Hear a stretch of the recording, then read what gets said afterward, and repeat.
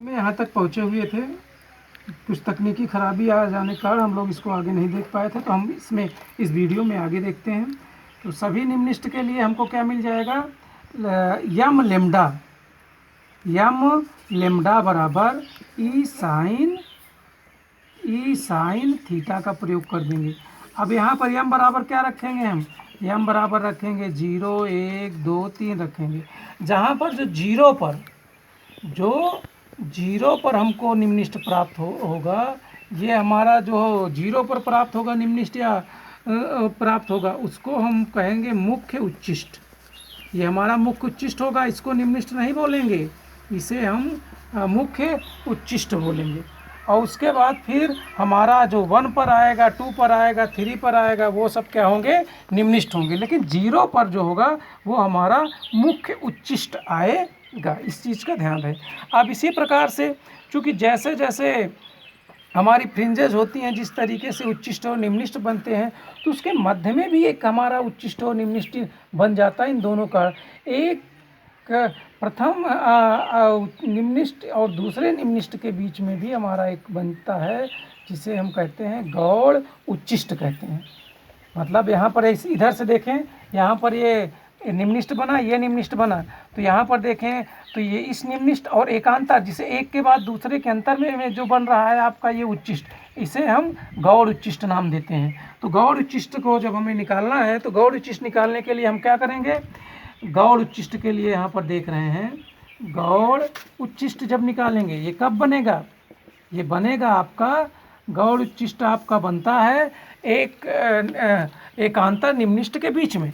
तो एकांतर निम्नलिखित के बीच में बनेगा, तो इसके लिए हम करेंगे क्या, हमारा आ जाएगा 2m प्लस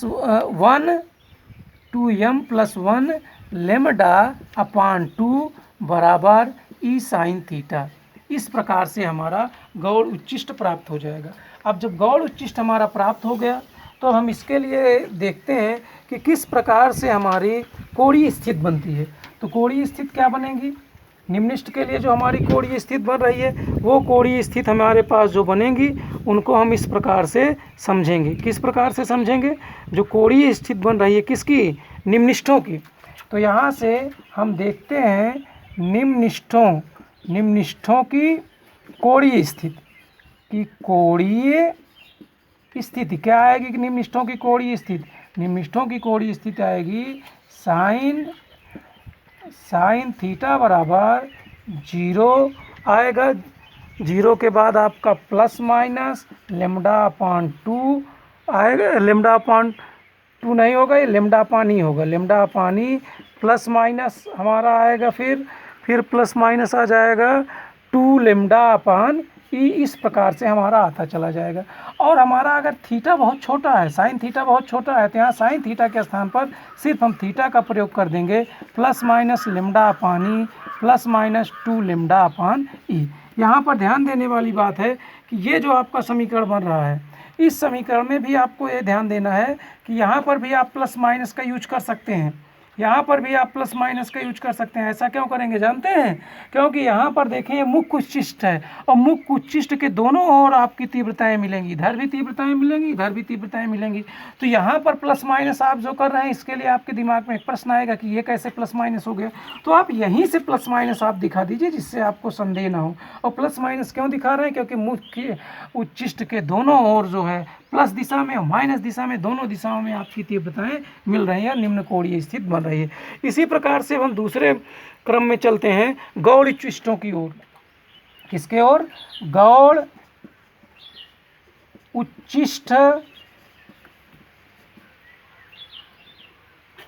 निम्नलिखितों की कोणीय स्थिति हम समझ लें, गौड़ उच्चिष्ट की कोणीय स्थिति पर बात कर लेते हैं। कोणीय स्थिति पर हम लोग बात यहाँ भी कर लें, जिससे कि आसानी रहे। तो गौड़ स्थिति पर करेंगे तो यहाँ पर भी वही साइन थीटा बराबर आएगा हमारा। साइन थीटा बराबर क्या आ जाएगा, साइन थीटा बराबर हमारा आएगा प्लस माइनस 3 लेमडा अपान 2। फिर से वही देखो 2 लिख रहे हैं, इसको होना चाहिए 3 लेमडा अपान आपका 2e होना चाहिए। और फिर से यहाँ पर प्लस माइनस 5 लेमडा अपान 2e होना चाहिए। इस प्रकार से ये क्रम आपका चलता जाएगा। फिर अगर आपका थीटा छोटा यहाँ पर है तो थीटा छोटा होने पर फिर से आ जाएगा प्लस माइनस 3 लेमडा अपान 2e और फिर प्लस माइनस 5 लेमडा अपान 2। इस प्रकार से हमको निम्निष्ट की कोणीय स्थिति पता चल गई, गौड़ की कोणीय स्थिति हमको पता चल गई।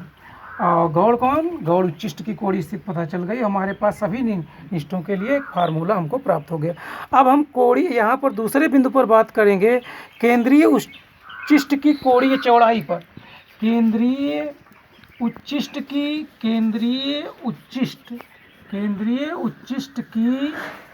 कोणीय चौड़ाई पर यहाँ बात करेंगे। तो कोणीय चौड़ाई पर बात करेंगे तो अभी हमने देखा यहाँ से क्या देखा है कि लेम्डा बराबर ई साइन थीटा होता है। कहाँ से देखें, यह मिला है अभी हमको, यहाँ से मिला है लेम्डा बराबर ई साइन थीटा। तो जब लेम्डा बराबर ई साइन थीटा मिला है तो साइन थीटा बराबर क्या कर सकते हैं, साइन थीटा बराबर लेम्डा अपान ई कर सकते हैं। और जब थीटा अत्यंत छोटा होगा, जब कोण हमारा छोटा होगा तो हम करते क्या हैं, थीटा बराबर लेम्डा अपान ई ले लेते हैं। और जब कोणीय चौड़ाई निकालनी होती है, कोणीय चौड़ाई के लिए हम यहाँ पर क्या करेंगे, कौन सी कोणीय चौड़ाई की बात की जा रही है, केंद्रीय उच्चिष्ट की कोणीय चौड़ाई की बात की जा रही है। तो हो जाएगा 2 थीटा बराबर लेम्डा अपान ई हो जाएगा। अब इस प्रकार से हमारे विवर्तन में हम लोग प्राप्त क्या किए, समीकरण प्राप्त किए जो है निम्निष्ट के लिए। उसके बाद गौड़ उच्चिष्ट के लिए समीकरण प्राप्त किए, मुख्य उच्चिष्ट को समझे, यहाँ पर निम्निष्टों की कोणीय स्थिति को समझे, गौड़ उच्चिष्ट को कोणीय स्थिति को समझे और केंद्रीय उच्चिष्ट की कोणीय चौड़ाई के लिए हमने व्यंजक प्राप्त किया। यहाँ देखें जब 2 है तो 2 से गुणा दोनों तरफ करेंगे ना, तो यहाँ 2 लेम्डा अपान ई ही रहेगा। और यहाँ से इस प्रकार से हम फिगर में देखें तो इधर जाएंगे तो भी, इधर जाएंगे तो भी हमको निम्निष्ट, प्रथम निम्निष्ट, द्वितीय निम्निष्ट, यहाँ प्रथम, यहाँ द्वितीय, यहाँ तृतीय, इस प्रकार से मिलेगा। और उच्चिष्ट में भी, गौड़ उच्चिष्ट में भी देखें तो गौड़ में भी आपको प्रथम, द्वितीय, तृतीय इस प्रकार से मिलेंगे। तो यहाँ पर हम समझें कि व्यतिकरण और विवर्तन हम लोग पढ़ चुके हैं।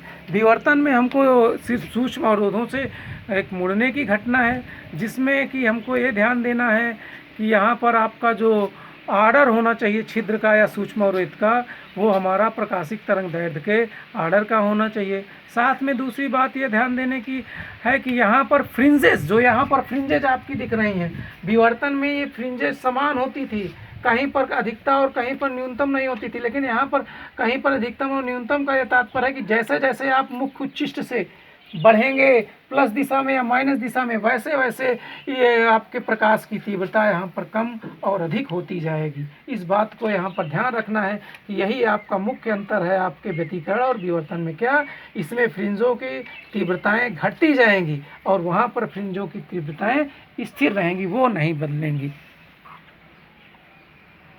बंद।